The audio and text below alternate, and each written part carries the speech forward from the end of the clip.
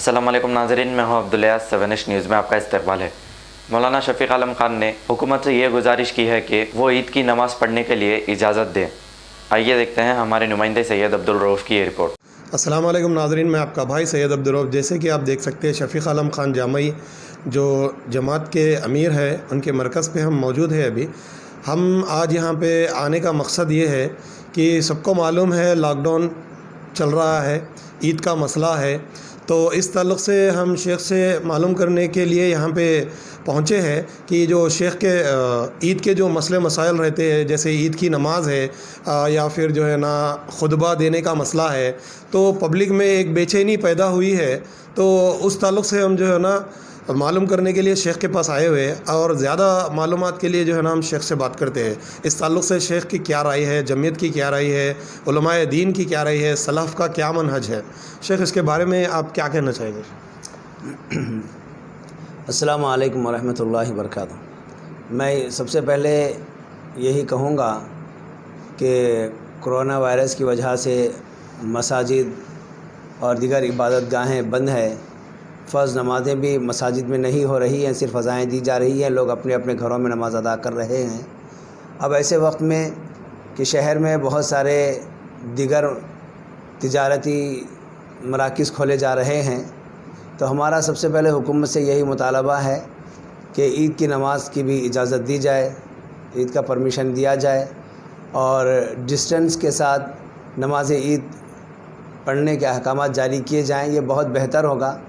वैसे हम जानते हैं कि शराब की दुकानें खुल गई हैं जिसमें कोई डिस्टेंस भी बाकी नहीं रखा गया, और बहुत सारे तिजारती मकामात पर भी आवाम की भीड़ देखी जा रही है। सिर्फ़ इबादत गाहों से रोका गया है। हमारा यही मुतालबा है कि हमको ईद की नमाज़ की इजाज़त दी जाए और इसके लिए डिस्टेंस रखा जाए, फ़ासला रखा जाए, फ़ासले के साथ इजाज़त दी जाए। पहला मुतालबा तो हमारा ये है। उसके अलावा जब नमाज घर में ही पढ़ना है तो फिर ऐसी सूरत में 2 रकात नमाज हमको पढ़ना है और ये हमारी मजबूरी है। और ऐसी मजबूरी में अगर हम नमाज़ पढ़ते हैं तो इंशाअल्लाह ताला हमें ईदगाह में नमाज़ पढ़ने का पूरा अजर मिल जाएगा। मसला ये है कि ये यहाँ की हुकूमत के क़वानीन है, इन क़वानीन को मानना भी हमारी ज़िम्मेदारी है, इसकी मुखालिफत भी नहीं की जा सकती। इसके लिए हमारे लिए ज़रूरी है कि हम अपने घरों में ही नमाज़ अदा करें और अगर इजाज़त मिल जाती है तो फिर ईदगाहों का रुख़ करें।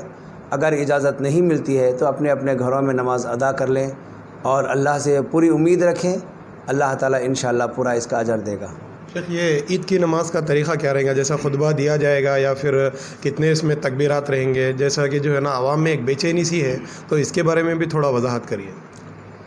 देखिए, बात बिल्कुल वाज़ेह है। जैसे ईदगाह में 2 रकात नमाज़ अदा की जाती है, यहाँ पर भी 2 रकात नमाज़ अदा की जाएगी। अगर आपके घर में सहूलत है, कोई इमामत करवा सकता है या 2 से ज़ायद अफराद मौजूद हैं, तो ऐसी सूरत में 2 अफराद भी अगर मौजूद हैं तो जमात बन सकती है। तो ये 2 रकात जमात के साथ पढ़ लें। अगर इतनी मजबूरी है तो फिर तन्हा नमाज़ पढ़ लें, इंशाअल्लाह नमाज़ हो जाएगी। ये 12 ज़ायद तकबीरात के साथ पढ़ी जाएगी। पहली रकात में सूरह फ़ातिहा से पहले 7 ज़ायद तकबीरात हैं और दूसरी रकात में सूरह फ़ातिहा से पहले 5 ज़ायद तकबीरात हैं। Different culture, different traditions, different people, all under one roof. under tree of knowledge. This is Success Junior College. Success Junior College. Academy through Success Junior College. Opposite Indian Petrol Pump, Santosh Nagar, Hyderabad.